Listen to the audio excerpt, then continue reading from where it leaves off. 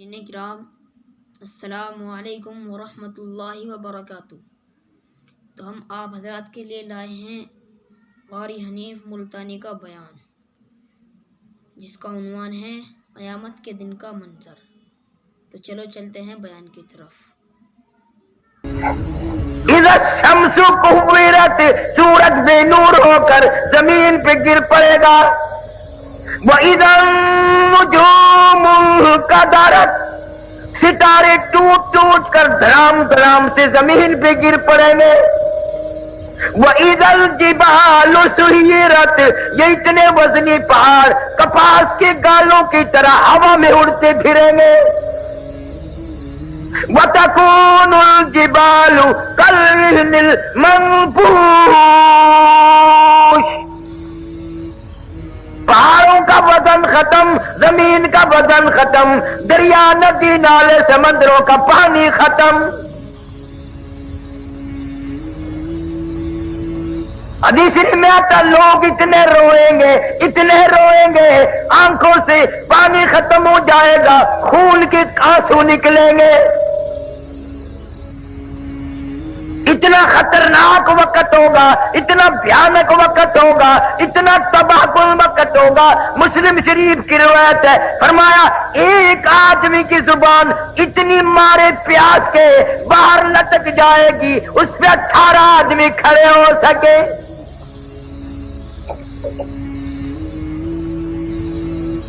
یقین نہیں، یقین ہو نیند نہ آئے، یقین ہو پھر یوں زندگی تھوڑے ہی گزرے۔ لفظ قیامت قیامت سنا، یقین کبھی نہیں آیا۔ اگر یقین آ جائے پھر دیکھو اس دنیا میں تماشا۔ جن کو یقین آیا ان کی زندگی کچھ اور طریقے سے گزری۔ ایک اللہ والے نے عشاء کی نماز پڑھ کے 40 برس تک فجر کی نماز عشاء کے وضو سے پڑھی۔ امام اعظم رحمت اللہ علیہ نے 40 سال تک عشاء کے وضو سے فجر کی نماز پڑھی۔ اس کو یقین آیا تھا کہ موت آئے گی، قبر آئے گی، قیامت آئے گی، اللہ پاک کے سامنے پیش ہونا ہوگا، یہ منہ خدا کو دکھانا ہوگا۔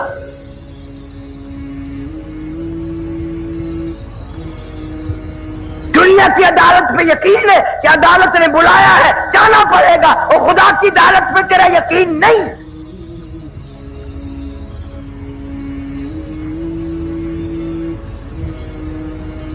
مدنی کریم صلی اللہ علیہ وسلم کی سیرت طیبہ کا جلسہ ہے۔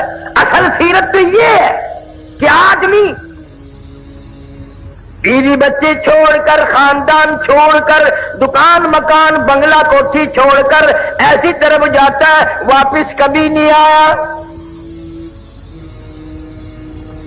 آج سردی کا موسم آ رہا ہے، رضائیوں کی تیاری ہے، گرم کپڑوں کی تیاری ہے، عورتیں بچوں کی سویٹر وغیرہ تیار کر رہی ہیں۔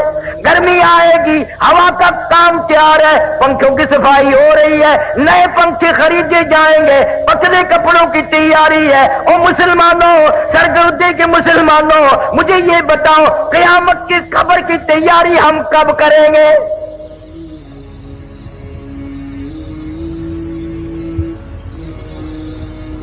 سردی کا موسم آ رہا ہے، منہ پہ کپڑا ڈال لیتے ہیں، سوتے وقت ٹھنڈ آ جاتی ہے پچھلی رات۔ یقین ہے صبح ہوگی، میں یہ کھیس اتاروں گا، میرا منہ کھلے گا، میں یہ کمبل اتاروں گی، میرا منہ کھلے گا۔ دروازہ کمرے کا بند کرتے ہیں، یقین ہے صبح ہوگی، دروازہ کھولیں گے، باہر نکلیں گے، کپڑا بھی اتاریں گے، منہ کھل جائے گا۔ اس پر کبھی یقین نہیں آیا، ایک دن کفن میں یہ منہ ایسا چھپے گا، قیامت آ جائے گی، کھلے گا نہیں، کھلے گا ہی نہیں۔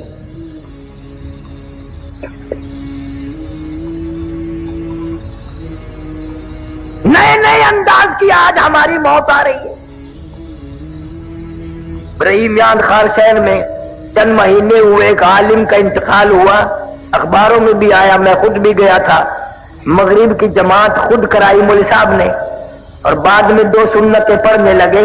پہلی رکعت کے پہلے سجدے میں ہی موت آ گئی. سبحان ربی الاعلیٰ پڑھتے ہوئے موت آ گئی, وضو کے ساتھ موت آ گئی, سجدے میں موت آ گئی, اللہ کے حضور میں عاجزی کرتے کرتے موت آ گئی. ساری عبادات میں نماز اہم عبادت ہے اور نماز کا مقصد سجدہ ہے, سجدے میں موت آ گئی.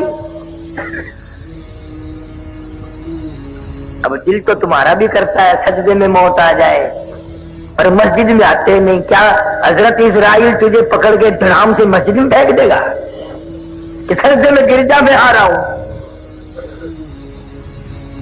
دل کرتا ہے, تیاری کوئی نہیں کرتا. یقین ہی نہیں کہ یہ دنیا بڑے بڑے چھوڑ گئے, کیا میں نہیں چھوڑوں گا؟ ہزاروں کو قبروں میں پہنچا دیا, کندھوں پہ اٹھایا, جنازے پڑے, ہزاروں کی قبروں پہ مٹی خود ڈالی اور اپنے اوپر مٹی پڑنے کا آج تک یقین نہ آیا.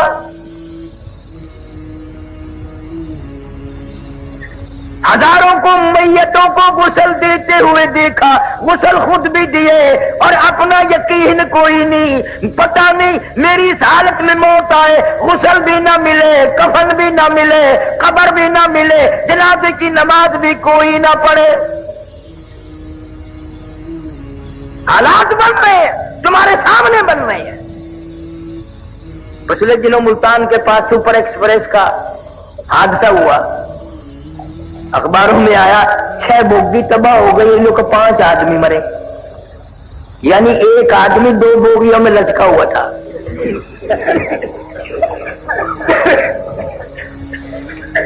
6 بوگی ہے تباہ اور 5 آدمی مرے. باقیوں کا کیا کیا, کہاں گئے پتہ نہیں, دریا میں پھینکے, پتہ نہیں کہ ٹبک بلڈوزر سے کھود کے اس میں دھکا دے دیا. ہاں تمہارے سامنے ایسا وقت بھی آ جاتا ہے, نہ کفن, نہ قبر, نہ جنازہ, نہ غسل. تم اپنے مقدر پہ کبھی نہیں روتے, پتہ نہیں کس حال میں وقت آئے گا, کہاں آئے گا. مولانا کی موت تو سجدے میں آ گئی. آج کتنے لوگ ایسی جگہ مر رہے ہیں جہاں کا نام لیتے بھی شرم آتی ہے. ہمارے ملتان میں اخباروں میں آیا, اور میں افسر کو جانتا تھا, بہت بڑا افسر تھا ایک محکمے کا, خدا کی قسم سنا کرتا کرتا لڑکی کے اوپر ہی مر گیا. اندازہ لگا. شراب پیتے ہوئے لوگ مر رہے ہیں, حرام کھاتے ہوئے لوگ مر رہے ہیں, اور گانا بجانا کرتے ہوئے یہ تو اکثریت مر رہی ہے. افسوس کسی کو نہیں.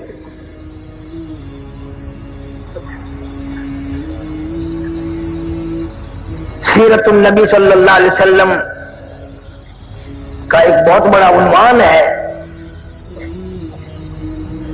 عورتیں اگر سنتی ہیں, سن رہی ہیں تو مبارک ہو. نبی پہلے آیا بھی عورت کی گود میں, اور نبی جب دنیا سے رخصت ہوئے تو عورت کی گود تھی. کوئی نہیں کہہ سکتا نہ ابو بکر کی گود تھی, نہ فاروق اعظم کی تھی, نہ عثمان کی تھی, نہ علی مرتضیٰ کی تھی, عائشہ صدیقہ اور فاطمہ الزہرا کی گود تھی. نبی تشریف لائے ایسے خاندان میں. حضرت کے والد کا کیا نام ہے؟ حضرت عبداللہ. تم نے کبھی سوچا ہے وہ کیسا جوان ہوگا اللہ پاک جل شانہ نے جب ساری کائنات کے سردار کے باپ ہونے کا شرف بھی جس کو بخشا ہوگا, وہ کتنا شریف ہوگا. امام الانبیاء کا باپ بنا دیا. ہمیں تمہیں تو پہچان نہیں.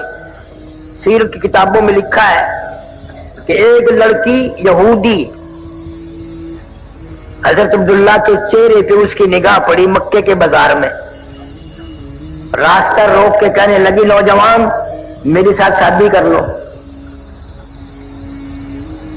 حضرت عبداللہ کنی کترا کے نکل گئے. بھلا جو امام الانبیاء کا باپ ہو وہ غیر لڑکیوں سے کیسے بات کرے؟ یہ تو ہمارا زمانہ ہے نا, چٹی داڑھی, سر ہل رہا ہے, قبر کی تیاری ہے, کالا برقع دیکھ کے انہیں ہینگنے جی میں گڈھا ہینگ جی ہو.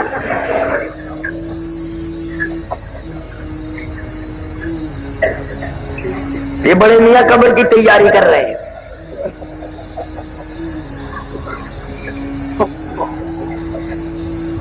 حضرت عبداللہ کے چہرے پہ لڑکی کی نگاہ پڑی, لگا میرے ساتھ شادی کر لو. کوئی جواب سوال نہ دیا, نکل گئے. سال بعد حضرت عبداللہ کو اسی لڑکی نے پھر دیکھا اور کہنے لگی, نوجوان یاد ہے میں نے شادی کی فرمائش کی تھی؟ ہاں یاد ہے. تم نے میرے متعلق یہ خیال کیا ہوگا میں کوئی بازاری عورت ہوں, بگڑی ہوئی عورت ہوں, میرا کریکٹر خراب ہے, یہی خیال کیا ہوگا نا؟ فرمایا نہیں, میں نے کوئی خیال نہیں کیا. کہنے لگی میں بازاری عورت نہیں, توریت کی حافظہ ہوں. میری توریت میں نبی آخر الزمان صلی اللہ علیہ وسلم کے باپ کی جو نشانیاں ہیں, تیرا ماتھا ان نشانیوں کی گواہی دے رہا تھا. تیرے ماتھے میں نور نبوت چمک رہا تھا. میں چاہتی تھی میری ساتھ شادی ہو جائے, اس نبی کی ماں میں بن جاؤں. اور کہنے لگی آج میں تجھ سے شادی کے لیے نہیں کہتی. کیوں؟ کہ تیرے ماتھے میں اب نور نبوت نہیں رہا, تیری شادی ہو گئی ہے اور وہ نور نبوت تم نے کسی عورت کے پیٹ میں منتقل کر دیا. یہودی کی لڑکی نے نبی کا باپ پہچان لیا اور تم نے آج تک نبی کو نہ پہچانا. نبی کا قرآن نہ پہچانا, نبی کے اصحاب نہ پہچانے. کی مرضی آئی چل رہا ہے. قرآن کا یعرفونہ کما یعرفون ابناءہم. یہودی لوگ نبی کو اس طرح پہچانتے تھے جیسے اپنے بیٹوں کو پہچانتے ہیں, لیکن جان بوجھ کر مدنی کریم صلی اللہ علیہ وسلم کی مخالفت کرتے تھے, راہ میں روڑے اچکاتے تھے. خدا کی قسم سرگودی کے مسلمانوں, تم نے کبھی سیرت کی کتابوں کا مطالعہ نہ کیا, تم نے صرف شعر سنے. یہ سنا نبی اتنا حسین تھا, نبی اتنا خوبصورت تھا, ہمارے نبی اتنے ماجبی تھے, اس قدر حلیہ اچھا تھا, یوں تھا یوں تھا. مگر تم نے یہ کبھی نہ سوچا وہ کیا بات تھی جب اس چہرے پہ جس کے قرآن میں اللہ نے قسمیں کھائی ہیں, مکے والوں نے اس چہرے پہ پتھر مارے.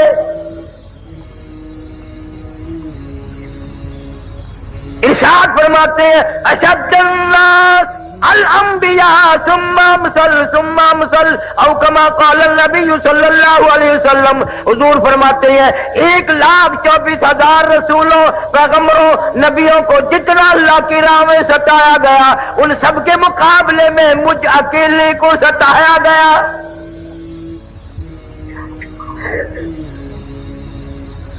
امی عائشہ صدیقہ رضی اللہ تعالیٰ عنہ فرماتی ہیں میری آنکھ نے مدینہ منورہ میں رہتے رہتے 3 چاند دیکھ لیے, لگاتار 3 مہینے گزر گئے, نبی آخر الزمان صلی اللہ علیہ وسلم کے چولہے میں آگ نہ جلی.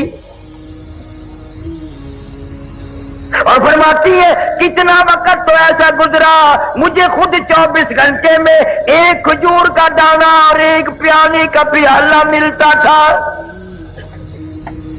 پانی بھی مول ملتا تھا, وہ بھی رج کے نہیں.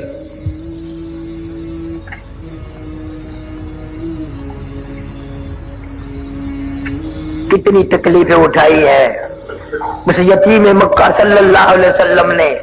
کلمہ ضرور اس کا پڑھتا ہے مگر پہچان نہیں کرتے تم. کوشش ہی نہیں کی. نہ عورتوں کو پتا ہے نہ مردوں کو پتا ہے کس طرح اس اللہ والے کی زندگی گزری. میں دعا کرتا ہوں اللہ آپ سب کو حج بیت اللہ نصیب فرمائے, مدینہ منورہ کی زیارت نصیب فرمائے. گنبد خضرا کے پاس کھڑے ہو کر خدا کی قسم یہ پوچھ لینا او کالی کملی والے صلی اللہ علیہ وسلم تیرا اس قرآن پہ کلمے پہ کیا خرچ ہوا.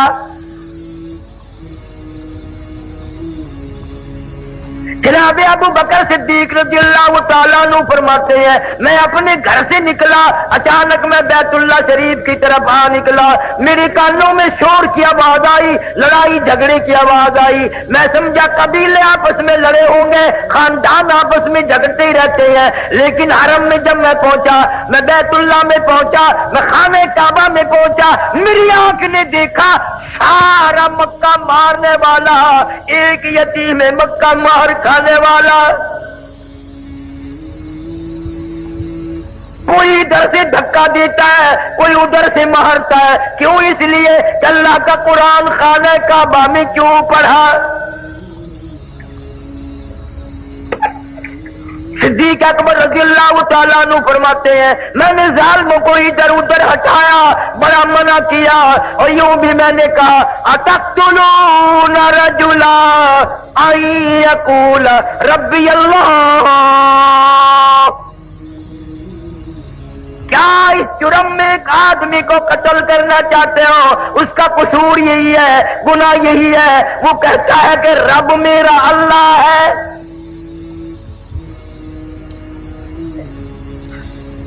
فرماتے میرے منع کرتے کرتے ادھر ادھر لوگوں کو دھکا دیتے دیتے ایک ظالم آگے بڑھا اور اس نے حضور کریم صلی اللہ علیہ وسلم کی پیارے پیارے گلے میں، گردن مبارک میں کپڑا ڈال لیا، اتنے بل چڑھائے، اتنے بل چڑھائے، ابو بکر فرماتے میری آنکھ نے دیکھا محمد کریم صلی اللہ علیہ وسلم کی دونوں آنکھیں باہر نکل آئی۔ تجھے کیا معلوم ہے نبی کا گلا گھونٹ دیا گیا۔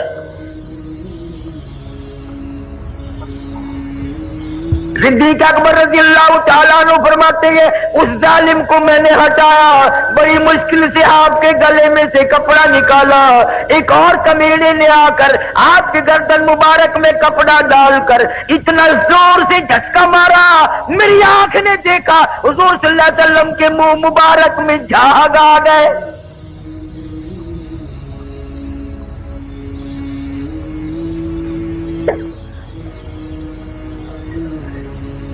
ایسی سیرت کون پڑھے، کون بتائے؟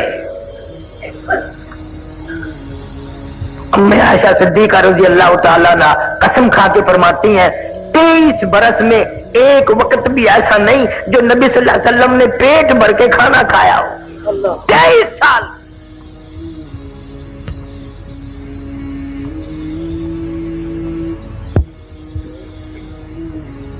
مکہ مکرمہ میں حضرت عثمان رضی اللہ تعالیٰ عنہ کو پتہ چلا کہ آج آپ کا 5ویں دن کا فاقہ ہو گیا، حاضر خدمت ہوئے، کھانا پکا کر ساتھ لائے، کچا ریشن بھی ساتھ لائے، اور ایک بات کہی حضرت عثمان نے رضی اللہ تعالیٰ عنہ کہ یا رسول اللہ صلی اللہ علیہ وسلم آپ نے 5 دن کا فاقہ کاٹا ہے، مجھے کیوں نہیں خبر کری جبکہ آپ کو یہ معلوم ہے کہ میرا مال بھی آپ کا ہے اور یہ میری جان بھی آپ کی ہے صلی اللہ علیہ وسلم۔ کون آج کہے گا یہ مال میرا نہیں ہے، نبی کا ہے، یہ جان میری نہیں میرے نبی کی ہے؟ اور اتنا ادب کیا عثمان نے رضی اللہ، سارے کہہ دو رضی اللہ تعالیٰ عنہ، یہ ساری امت کو شرمندہ کر دیا، ساری امت کو شرمندہ کر دیا عثمان نے۔ یہ ہاتھ جو کلمہ پڑھتے وقت مرید بھی کس کا بنا؟ امام الانبیاء صلی اللہ علیہ وسلم کا۔ مرید بھی دیکھو، پیر بھی دیکھو، جو ہاتھ بیعت کرتے وقت، مسلمان ہوتے وقت، کلمہ پڑھتے وقت نبی کے ہاتھ پہ رکھا تھا، قسم کھا کے فرماتے ہیں ساری زندگی اس ہاتھ کی اتنی حفاظت کی، ساری زندگی میں کبھی استنجے کی جگہ اس ہاتھ کو نہیں لگنے دیا، شرمگاہ کو کبھی نہیں لگنے دیا۔ کیوں؟ یہ وہ ہاتھ ہے جو نبی کے ہاتھ پہ رکھا تھا۔ کون ایسا ادب کرے گا؟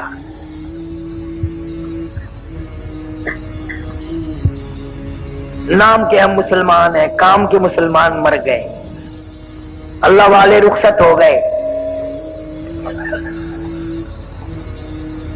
ساری زندگی جنہوں نے اطاعت رسول میں گزاری، حضرت جنید بغدادی رحمت اللہ علیہ کے پاس ایک آدمی آیا اور سال بھر رہا اور سال کے بعد چلا تو آخری ملاقات کر کے کہنے لگا حضرت اس لیے آیا تھا کہ حضرت کی کوئی کرامت دیکھوں گا، مجھے تو کوئی کرامت نہیں معلوم، وہی خالی جا رہا ہوں۔ تو حضرت جنید بغدادی رحمت اللہ علیہ نے فرمایا کہ کرامت تو میری تنے کوئی دیکھی نہیں، یہ بتا کوئی میرا کام حتیٰ کہ تھوکنا بھی سنت کے خلاف دیکھا؟ سنت کے خلاف دیکھا کوئی میرا کام؟ کہ نہیں جی۔ فرمایا یہی تو سب سے بڑی کرامت ہے کہ زندگی بھر حضور صلی اللہ علیہ وسلم کی غلامی میں کٹ جائے۔ آج ان باتوں کو کرامت کون ماننے؟ اب تو ایسا دور ہے کرتے سے ننگا آدھا ولی، پجامے سے ننگا پکا ولی۔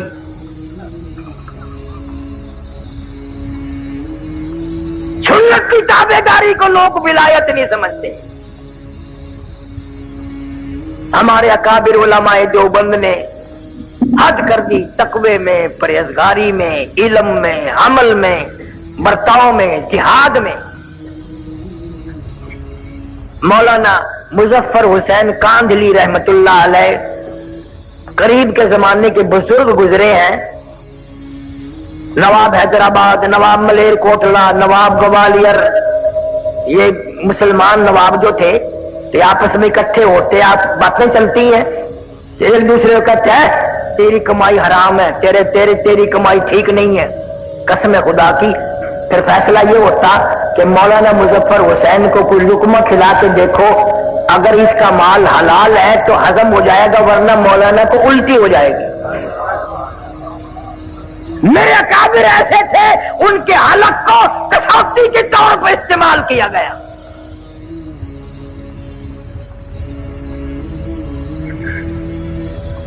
کاندھلے سے اونٹ کیا کرائے پہ مولانا مظفر حسین کاندھلی رحمت اللہ علیہ نے دلی جانے کے لیے، ریل سیل نہیں تھی، اونٹ کرائے پہ کر لیا۔ ایک آدمی نے پوچھا مولانا کہاں جانے کا ارادہ؟ کہ دلی جا رہا ہوں بھائی۔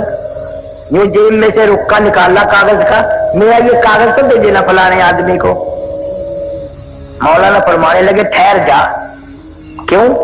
کہ میرا سامان بھی دیکھ اونٹ والا دیکھ گیا ہے اور میرا قد بھی اس نے دیکھ لیا ہے، اس سے اجازت مانگوں گا کہ جو سامان میں دکھا چکا ہوں اس سے ایک کاغذ زیادہ تیرے اونٹ پہ وزن رکھنے کی اجازت ہے کہ نہیں؟ ایک کاغذ رکھنے کی اجازت ہے کہ نہیں؟ آج کا مسلمان من وزن اٹھا کے لاتا ہے، لاری والا پوچھتا ہے کتنا؟ یہی ہے 10 کلو۔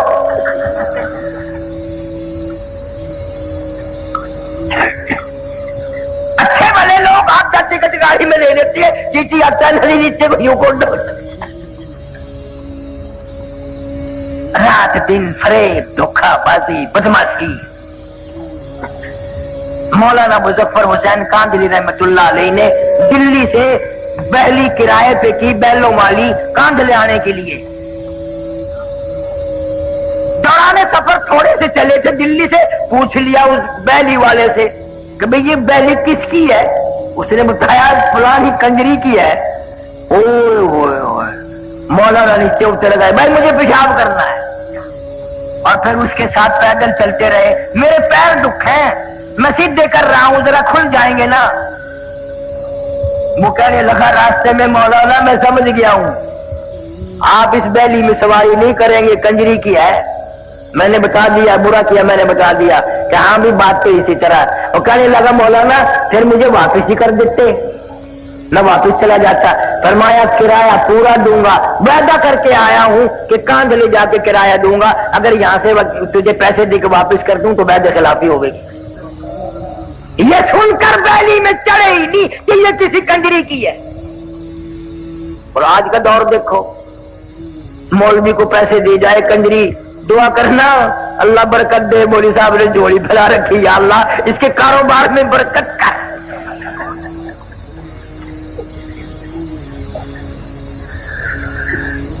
کون پوچھے کہ تیرا دھندا کیا ہے؟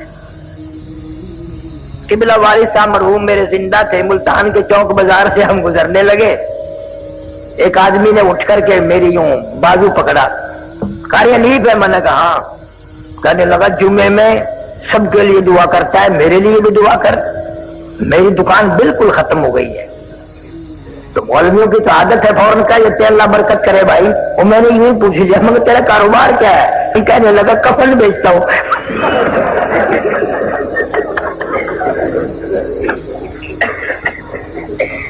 تو میں نے تو کاروبار بدل لے، لوگ مرے تو تیرا دھندا چلے، میں کیوں دعا کروں کہ یا اللہ لوگوں کا بیڑا غرق۔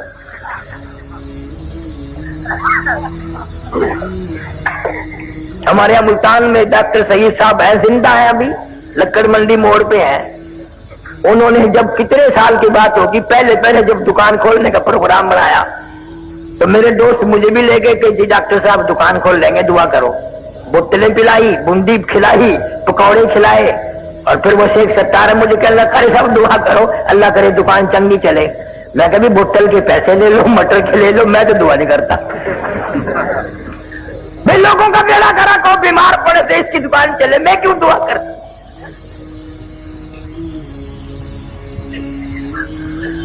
ہم تو ایسے بزرگوں کے ماننے والے ہیں، قسم خدا کی قبلہ مولانا احمد علی صاحب لاہوری رحمت اللہ علیہ نے ساری زندگی میں بے نماز کے ہاتھ کا پانی نہیں پیا، بے نماز کے ہاتھ کی روٹی نہیں کھائی۔ کبھی آپ نے بھی فکر کیا کہ یہ گھر والی نماز پڑھتی ہے کہ نہیں، جو کہیں کہیں کھانے تیار کر کے رکھتی ہے، سبحان اللہ، نماز ہی پڑھتی ہے کہ نہیں؟ تمہاری مجبوری ہے، اگر عشاء کی نماز کے بعد تم نے 3 دن جا کے پوچھ لیا نماز پڑھی کہ نہیں، نماز پڑھی کہ نہیں، تیسرے دن آواز آ گئی تیرا بستر ہو پرلی بیٹھک میں ہے۔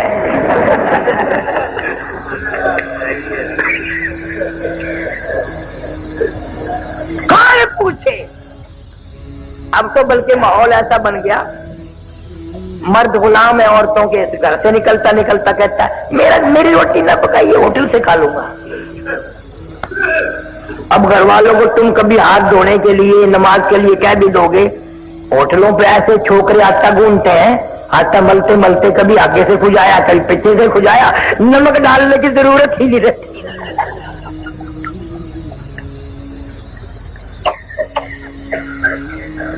مولانا احمد علی صاحب لاہوری رحمت اللہ علیہ کا امتحان بھی ہوا، کراچی سے دریائی سمندری اسٹیمر والے جہاز میں سوار ہوئے، حج کے لیے تشریف لے جا رہے ہیں، جہاز کا عملہ نماز نہیں پڑھتا، 13 دن میں جدے جہاز جا کے لگا، لاہوری نے 13 دن کا لگاتار فاقہ کر دیا،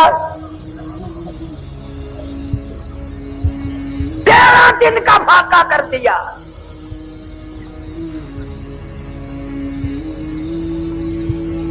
تم ہوتے یا میں ہوتا نا وہاں، ویسے ہی روٹی پکا اجی ارادہ تو ہے نماز پڑھنے کا انشاءاللہ، اب میں وضو تمہاری روٹی وضو کر کے کھاؤں گا، بیٹھا تو ہو گیا نا۔ کون کرے؟ میرا کابر نے حد کر دی۔ مولانا یحییٰ علی پٹنہ کے بزرگ ہیں، شہر پٹنہ صوبہ بہار میں انگریز کی حکومت ہے، بغاوت کا کیس چلا کے مولانا یحییٰ علی پٹنہ والے کو گرفتار کر لیا، جیل میں دے دیا اور کیس چلایا، پھانسی کا حکم دے دیا۔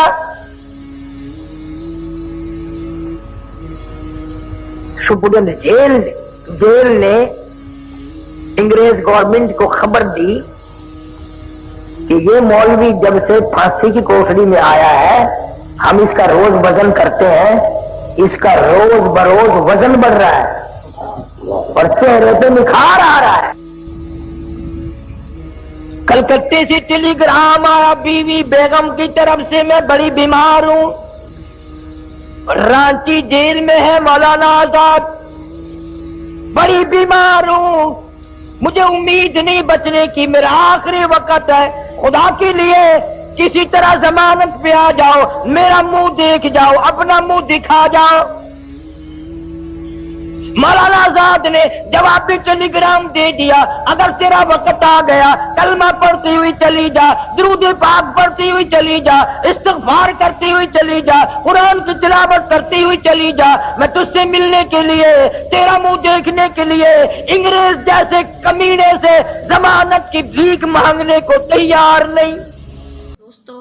اگر آپ کو یہ ویڈیو پسند آئی تو ویڈیو کو لائک کریں، شیئر کریں اور ہمارے چینل کو سبسکرائب کریں۔ تو ملتے ہیں اگلی ویڈیو پر، تب تک کے لیے اللہ حافظ۔